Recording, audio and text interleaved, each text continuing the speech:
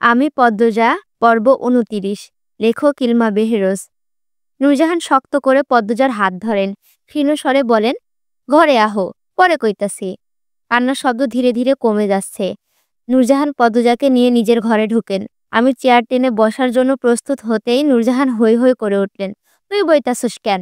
আমির হকচকিয়ে গিয়ে বলল, মানে? বইয়ের ধারে আর থাহন যাইব না, আইজ কাল রাত্রির। মুসলমানদের কালরাত্রি পালন করতে নেই, গুনাহগার হবেন, বলল পদ্মজা। তার মাথা নত। প্রথম দিন এসে কথা বলা ঠিক হলো কিনা ভাবছে পদ্মজা। মুখের ওপর কথা শুনে নূরজাহান কড়া চোখে তাকান। পদ্মজা দেখার পূর্বে সেকেন্ড কয়েকের মধ্যে চোখের দৃষ্টি শীতল রূপে নিয়ে আসেন। তিনি পদ্মজাকে প্রশ্ন করলেন, গ্যারামের রেওয়াজ ফেলান দেওয়া যাইব? নূরজাহানের কণ্ঠ স্বাভাবিক। পদ্মজায় নির্ভয়ে চোখ তুলে তাকালো, বলল, যা পাপ তা করতে নেই দাদু। জেনে শুনে ভুল রেওয়াজ সারা জীবন টেনে নেওয়া উচিত না। আমার কথা শুনে রাগ করবেন না। তুমি কি আজ জামাইয়ের লগে থাকতে চাইতেছ? নূরজাহানের কণ্ঠ গম্ভীর। এমন প্রশ্ন পদ্মজা ভয় পেয়ে যায় এবং লজ্জায় আরক্ত হয়ে ওঠে। আমতা আমতা করে বলে, না না, তেমন কিছু না। পদ্মজা আর চোখে আমিরকে দেখে আবার চোখের দৃষ্টি নত করে ফেলল। আমির নূরজাহানকে জড়িয়ে ধরে বলল, আমি যাচ্ছি বুড়ি। এরপর পদ্মজার দিকে তাকিয়ে হাত নেড়ে কোমল কণ্ঠে বিদায় জানালো, আল্লাহ হাফেজ পদ্মাবতী। পদ্মজা নতনাজো অবস্থায় মাথা নড়ালো। আমির ঘর থেকে বেরিয়ে যায়। পদ্মজা ধীরে ধীরে মাথা উঁচু করে নূরজাহানকে দেখে, ঢোক গিলে বলে, রাগ করছেন দাদু? নূরজাহান হাসলেন। পদ্মজার এক হাত ধরে বিছানার কাছে নিয়ে যান, বলেন, আমার বইনে তো ঠিক কথাই কইতাছে, গুসা করতাম ক্যারে। পদ্মজা স্বস্তির নিঃশ্বাস নিল। নূরজাহান বলেন, তুমি বও, আমি জ্যোৎস্নার মারে ভাত দেওয়ানের কথা কয়ে আইতাছি। আমি খেয়েছি দাদু। তখন খাওয়ালেন আম্মা। ব্যাগটা কই? শাড়িটা খুইলা আরেকটা পরো, সিঁদুর রংটা পরবা। বলতে বলতে নূরজাহান ব্যাগ থেকে সিঁদুর রঙের শাড়ি বের করলেন, পদ্মজার দিকে এগিয়ে দিলেন। পদ্মজা হাত বাড়িয়ে শাড়ি নিল, জানতে চাইল, কোথায় পাল্টাবো? খাড়াও, দরজা লাগাইয়া দেই, ঘরেই পাল্টাও। আমারে শরম কইরো না বইন, তোমারও যা আমারও তা। পদ্মজা শাড়ি হাতে নিয়ে চারিপাশে চোখ বুলিয়ে শাড়ি পাল্টানোর মতো উপযুক্ত জায়গা খুঁজতে থাকে। পালঙ্কের পেছনে চোখ পড়ে। পদ্মজা সেদিকে গিয়ে শাড়ি পাল্টে নিল। এরপর নূরজাহানের উদ্দেশ্যে প্রশ্ন ছুড়ে দিল, দাদু, তখন কাঁদছিল কে? নূরজাহান বিছানায় বসতে বসতে জবাব দেন, আমার খলিলের বড় ছাড়ার বউ। পদ্মজা 2 কদম এগিয়ে আসে। আগ্রহ ভরে জানতে চাই, কেন কাঁদছিল? উনাকে কি ঘরে আটকে রাখা হয়েছে? বউ, আমার ধারে বউ। পদ্মজা নূরজাহানের সামনে ঝুঁকে বসে। নূরজাহান বলেন, তোমার চাচা হৌরের বড় ছেঁড়ার বউ রুম্পা গত বৈশাখও মাথা খারাপ হইয়া যায়। এরে ওরে মারতে আসে, কাউরে চিনে না, নিজের স্বামীরেও চিনে না। আলমগীর তো এখন ঢাত থাকে। আমির তো গ্যারামে আইসা অনেক দিন হলো। আলমগীর শহরে আমিরের কামডা করতাছে। এর লাইগাই তো আলমগীর বিয়াতে আসিল না। রুম্পা তোমার হাওরিরে দা নিয়ে মারতে গেছিল। এর জন্যই আপনারা ঘরে আটকে রাখেন উনাকে? হুট করেই কেন এমন হলেন? পদ্মজা আঁতকে উঠে জিজ্ঞাসা করল। নূরজাহান এদিক ওদিক তাকিয়ে কি যেন দেখল। এরপর সতর্কতার সাথে ফিসফিসিয়ে বলল, বাড়ির পিছে বড় জঙ্গল আছে, দোষী জায়গা, ভুলেও এখানে যায়ও না। রুম্পা শনিবার ভর দুপুরে গেছিল, এর পরদিন জ্বর উঠে আর এমন পাগল হইয়া যায়। এগুলো তেনাদের কাজ। রাইতে নাম লওন নাই।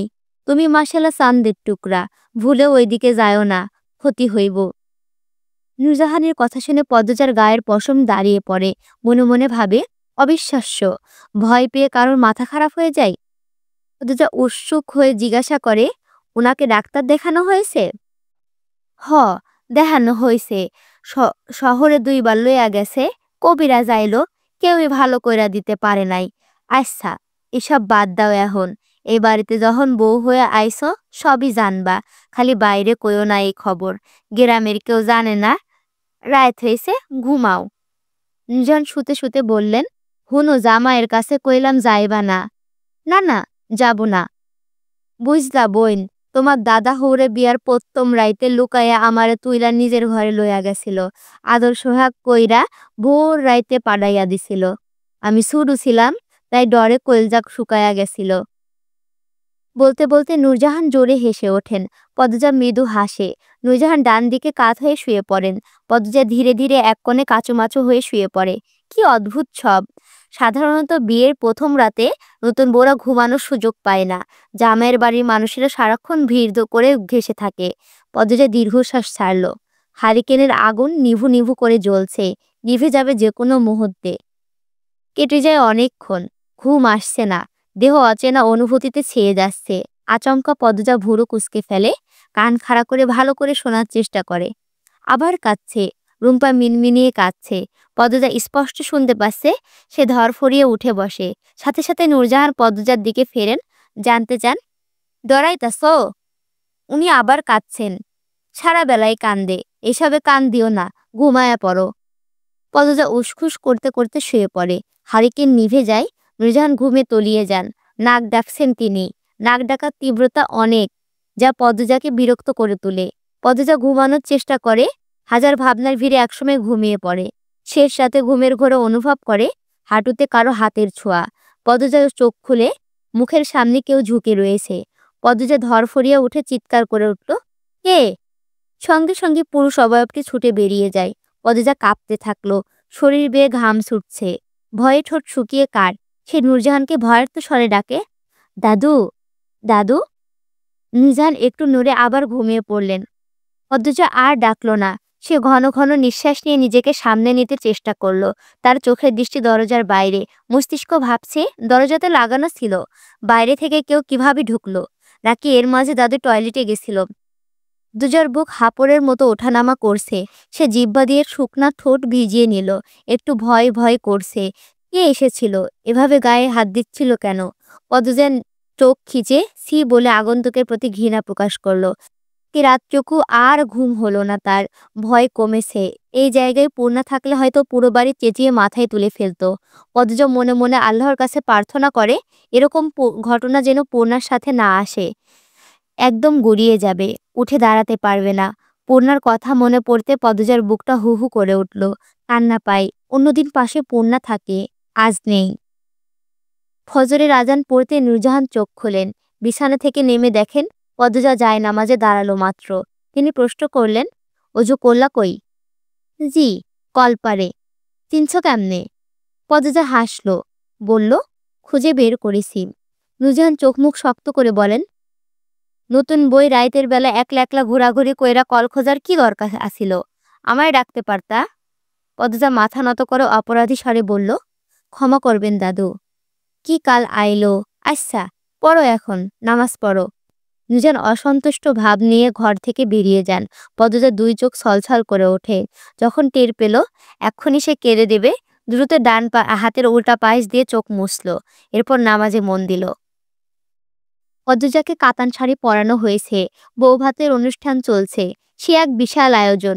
বিয়ের চেয়েও বড় করে বৌভাতের অনুষ্ঠান হচ্ছে। অলন্দপুরের বাইরে থেকেও মানুষ আসছে পদ্মজাকে দেখার জন্য।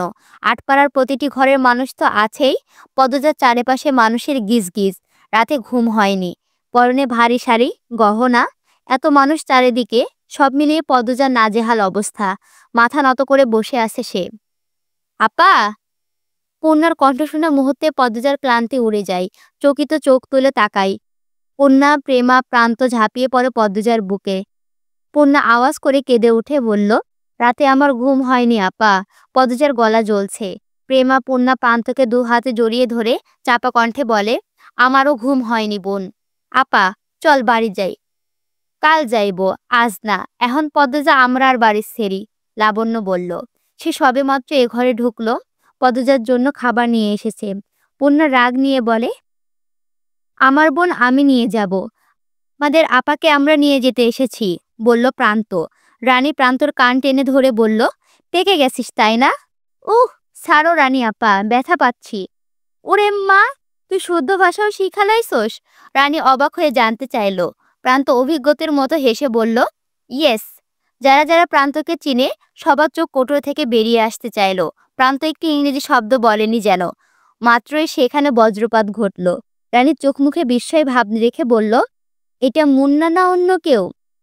আমি মুন্না না, আমি প্রান্ত, প্রান্ত মোড়ল। প্রান্তের বলার ভঙ্গি দেখে সবাই হেসে উঠল। পদ্মজা হাসতে হাসতে রানীকে বলল, প্রান্ত অনেকগুলো ইংরেজি শব্দ শিখেছে। বউ মানুষ কেমনে দাঁত বইরা বার কইরা হাসতাছে দেখছো? দাহিয়া বউ সেরা। কথাটা দরজার পাশ থেকে কেউ একজন বলল।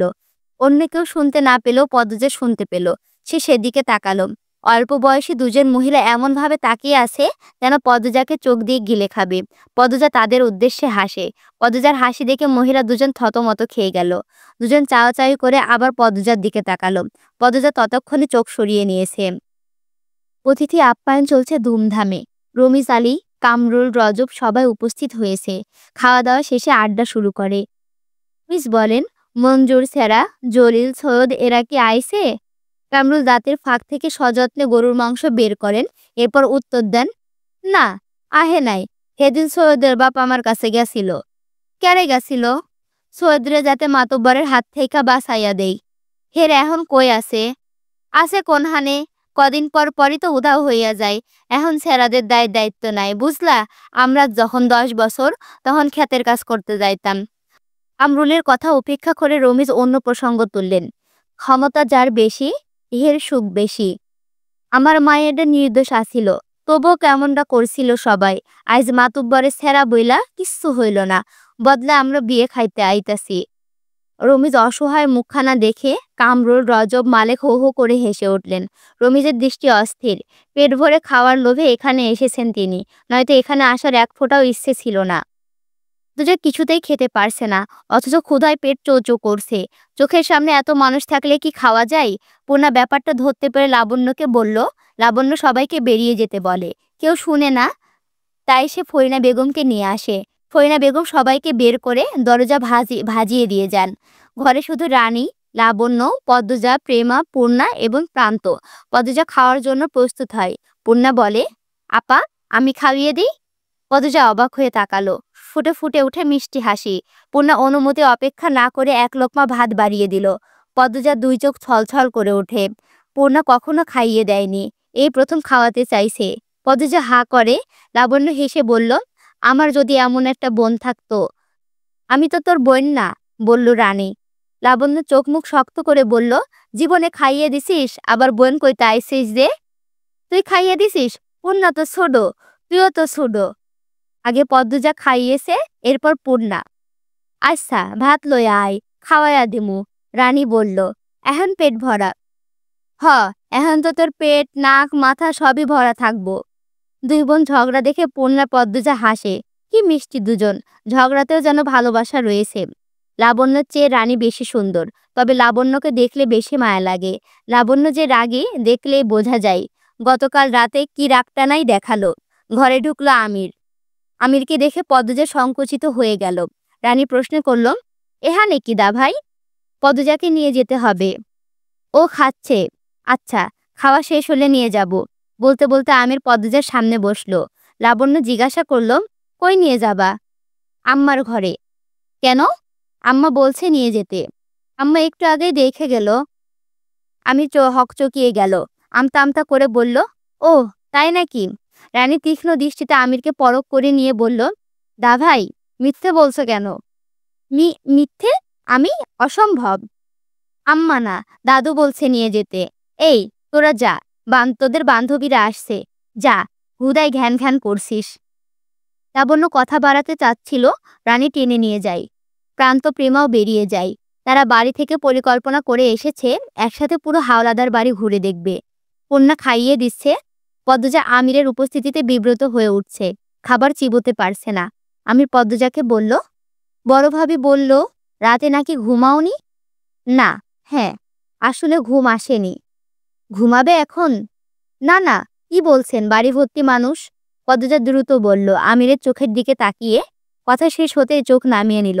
আমির বলল, আচ্ছা খাও, আমি আসছি। আপনি কি রাতে দাদুর ঘরে এসেছিলেন? আমি চলে যাওয়ার জন্য দাঁড়িয়েছিল। এ কথা শুনে চমকে তাকালো। পদ্মজার দিকে ঝুঁকে জানতে চাইল, কেন, কেউ কি এসেছিল তোমার ঘরে? আমিরের এমন ছটপটানি দেখে পদ্মজা খুব অবাক হলো। সে অবাক চোখে তাকিয়ে থেকে বলল, হ্যাঁ, এসেছিল, শেষ রাত্রিরে। আচ্ছা, বলে হন্তদন্ত হয়ে বেরিয়ে গেল আমির।